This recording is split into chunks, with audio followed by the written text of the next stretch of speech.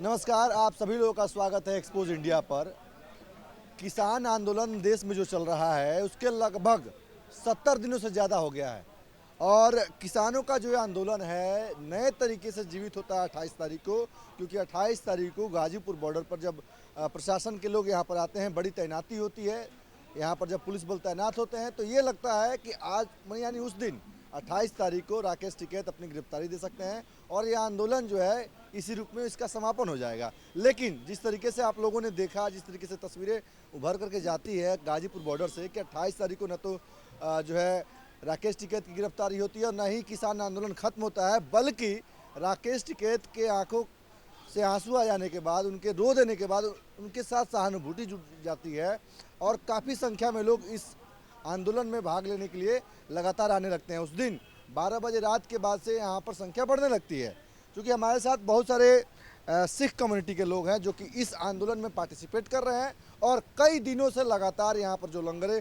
चल रही हैं, चाहे आप गाजीपुर की बात करें, टिकरी बॉर्डर की बात करें, सिंगू बॉर्डर की बात करें, तो सिख कम्युनिटी के लोग उसमें बहुत बड़ी भूमिका निभा रहे हैं। बहुत सारे गुरुद्वारे जो हैं वो अपनी लंगर जो है यहाँ पर लगाई हुई हैं। अभी मैं गाजीपुर बॉर्डर पर हूँ और हमारे साथ एक सिख किसान हैं, इनसे हम जानेंगे इनका नाम क्या है, कहाँ से क्या नाम है आपका? मेरा नाम इकबाल सिंह चीमा है, मैं बरेली से हूँ। तहसील बहेड़ी है, गांव हमारा फाजलपुर है। यहाँ पे ये जो लंगर लगा हुआ है, मैं थोड़ा सा कैमरामैन से कहूँगा कि ज़रा दिखाए ये तस्वीरें। ये गाजीपुर बॉर्डर की है, जो मेन स्टेज आपको दिखेगा जहाँ से सारे किसान नेता संबोधित करते हैं और आंदोलन को लेकर के बोलते हैं, उसके जस्ट बगल में ये लंगर की व्यवस्था की गई है। लंगर की व्यवस्था कहाँ से की गई है? ये लंगर की व्यवस्था उत्तराखंड यूपी में गुरुद्वारा है नानकपुरी टांडा, और उसका वो बंगला साहिब के अंडर में है। यहाँ पे जितनी भी सेवा आ रही है बंगला साहिब गुरुद्वारे द्वारा और नानकपुरी टांडा बाबा गुरजंट सिंह जो हमारे यहाँ पे मुख्य सेवादार हैं उनके द्वारा की जा रही है।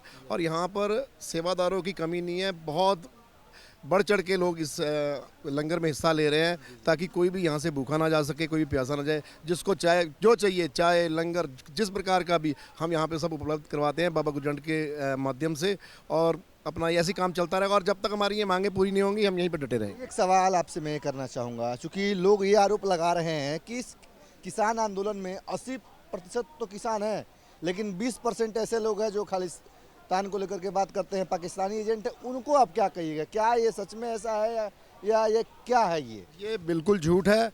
ये जो नेशनल मीडिया कुछ चैनल जो हैं वो ऐसी अफवाहें फैलाते रहते हैं। हमारा गाँव बहुत छोटा सा गाँव है, करीबन 20-25 घर हैं और करीबन 40 सैनिक हैं वहाँ से।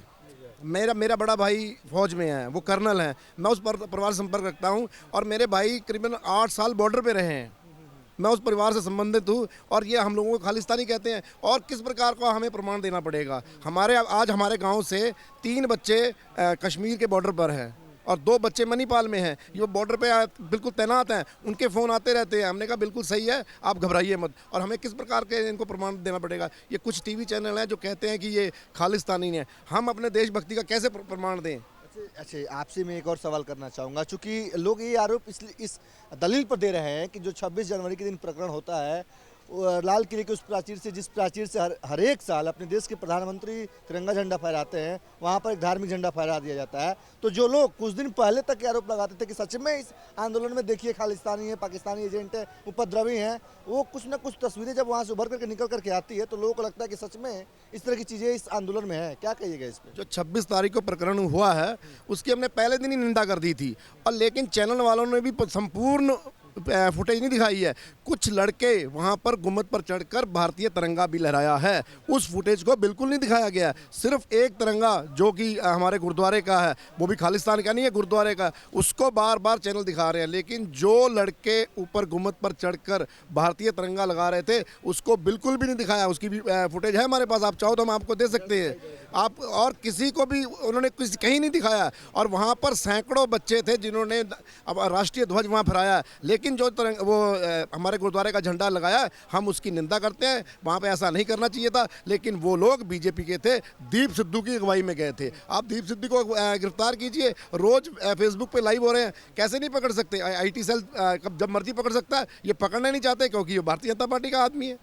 एक सवाल मैं आपसे ये करना चाहूँगा, चूँकि किसान आंदोलन को लेकर के देश के लोगों का सहानुभूति जुड़ रहा था, क्या आपको नहीं लगता है कि जब 26 जनवरी की तस्वीरें उभर करके आई उसके बाद जो देश के जो आम जनमानस का जो एक सहानुभूति सिंपैथी जुड़ रहा था इस आंदोलन के साथ, वो जो है वहाँ पर कहीं ना कहीं कमी आई है 26 जनवरी की तस्वीर उभर जाने के बाद। वो केवल 2 दिन के लिए कमी आई है, क्योंकि किसी भी चैनल ने उस झंडे के अलावा और कुछ दिखाया ही नहीं। उन्होंने दिखाया हमारे पुलिस वाले कितने फट्टर हुए हैं, उन्होंने दिखाया कि यहाँ पर जो खालिस्तानी, जिनको ये बार बार खालिस्तानी कह रहे हैं, इन्होंने वहाँ पर झंडा फहरा दिया है, लेकिन उन्होंने ये नहीं दिखाया कि किसानों को वहाँ पर मार्च पास्ट किसने कराया, लाल किले पर किसानों को किसने पहुँचाया। वहाँ पर यहाँ पे ऐसे सीधे 20 किलोमीटर का रास्ता खुला हुआ था, वहाँ पे पुलिस वाले ये क्यों कह रहे थे कि लाल किला इधर को है, आप जाइए, क्यों नहीं पहले बैरिकेडिंग्स की गई। अब बाद में कीलें लगाई गई हैं, पहले कीलें क्यों नहीं लगाई गई, पहले रोका जाता। और ये जो दीप सिद्धू है, इसको क्यों नहीं गिरफ्तार किया जा रहा। हम पहले दिन से कह रहे हैं, अगर उसने गड़बड़ किया आप उसको गिरफ्तार करो, जो सजा देनी है,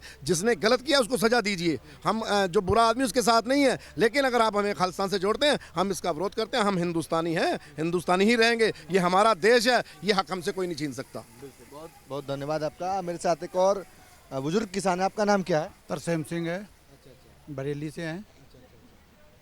आप तो बहुत उतार चढ़ाव देखे होंगे, बहुत दिनों से आप यहाँ पर हैं, जैसे कि आपने बताया पहले इंटरव्यू के पहले कि हम बहुत दिनों से यहाँ पर हैं, किसान आंदोलन में हैं। हमने भी किसान आंदोलन को कवर किया है। इसमें हमने देखा है कि लगभग 2 महीने तक जब मैं यहाँ पर आया तो ये चीज़ ज़रूर महसूस हमें हुई कि यहाँ पर बहुत अनुशासन के साथ लंगरें खिलाई जा रही हैं, बहुत जो है भद्रता के साथ जो है पेश आया जा रहा है, बहुत शालीनता के साथ लोगों से पेश आया जा रहा है। लेकिन 26 जनवरी को आखिर क्या हो गया? क्या आपको नहीं लगता है कि जो किसान के नेता थे उनको थोड़ा सा रिस्पॉन्सिबिलिटी लेना चाहिए कि इस तरह की तस्वीरें उभर करके नहीं आए देश के सामने?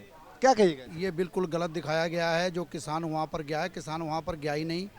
वैसे वहाँ पे पहले ही लोग इकट्ठा हो गए थे, जो वहाँ पर झंडा उन्होंने कर दिया है वो बिल्कुल गलत है। किसान वहाँ पर नहीं गया है, कोई इक्का दुक्का किसान भड़क के जो किसान उसके पीछे चला गया है वो गलत हुआ है, हम उसकी निंदा करते हैं। एक सवाल आपसे मैं ये करना चाहूँगा, क्या आपको नहीं लगता है कि उस दिन अगर किसान संगठनों के लोग, किसान नेता अगर जिम्मेदारी लेते कि हमें किस तरीके से निकालना है, किस तरीके से पूरे जो ट्रैक्टर परेड में लोग पार्टिसिपेट कर रहे थे, किस तरीके से निकालना है, किस तरीके से अनुशासन को जो है मेंटेन करते हुए ये परेड करना है, किस तरीके से अनुशासन के साथ, तो इस तरह की तस्वीरें उभर करके नहीं आती। नहीं, बिल्कुल जो हमारी जथेबंदियाँ थी उनकी पूरी तैयारी थी, जो हमें सरकार ने रास्ते दिए थे उसी पे जाने की पूरी तैयारी थी। लेकिन मैं फिर दोहरा रहा हूँ, जो बीजेपी के कार्यकर्ता थे, जो जिनका मंसूबा था कि ये जो हमारा ट्रैक्टर मार्च है 26 जनवरी का, कि हमने रिपब्लिक डे पर एक मार्च करना है कि ये देश हमारा है, तिरंगा साथ में लेकर, हमारे हर ट्रैक्टर पर तिरंगा बंधा हुआ था,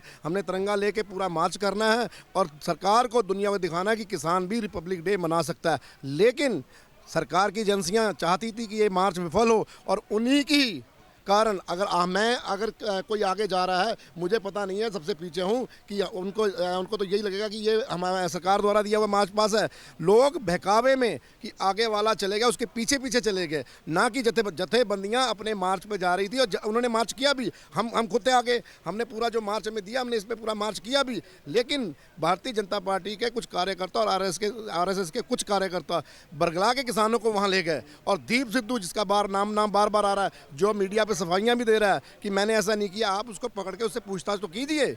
वो रोज फेसबुक पर लाइव हो रहे हैं, आप क्यों नहीं पकड़ते हैं? आपके पास इतनी पावर है, आप उनको पकड़ लीजिए। आपने 1 लाख अकाउंट पर इनाम घोषित कर दिया, आप उनको पकड़िए। जिन लोगों ने गड़बड़ की है उनसे पूछताछ करके उनको कड़ी से कड़ी सजा दिलवाइए, हम उसके हकदार हैं। लेकिन जो भोले भाले किसान हैं उन पर झूठा नाम लगाना बिल्कुल गलत है। हमारी मांगे सरकार से बिल्कुल यही है कि MSP लागू हो, और ये जो कानून है हमें मंजूर नहीं है, इनको आप वापस कीजिए और हमें अपने घर जाने दीजिए। जो 26 जनवरी की तस्वीरें उभर करके आई, इनका स्पष्ट तौर पे कहना यही है कि वो तस्वीरें बस इसलिए आई क्योंकि बीजेपी की एक साजिश थी, और हमारे संगठन के लोग, हमारे किसान आंदोलन में भाग लेने वाले लोग उस जगह पर नहीं थे। और सरकार को लेकर के इनका स्पष्ट तौर पे कहना है कि बिल्कुल सरकार MSP को लेकर के कानून बनाए और एक जो तीनों काले कानून है उसको वापस करे। इसी तरह के तमाम सारे खबरों को देखने के लिए देखते रहे expose India. Camera person Raju के साथ मैं मृगेंद्र प्रताप सिंह, एक्सपोज इंडिया, नई Delhi. Hi guys, this is Alia Bhatt. You're watching Expose India. Keep watching.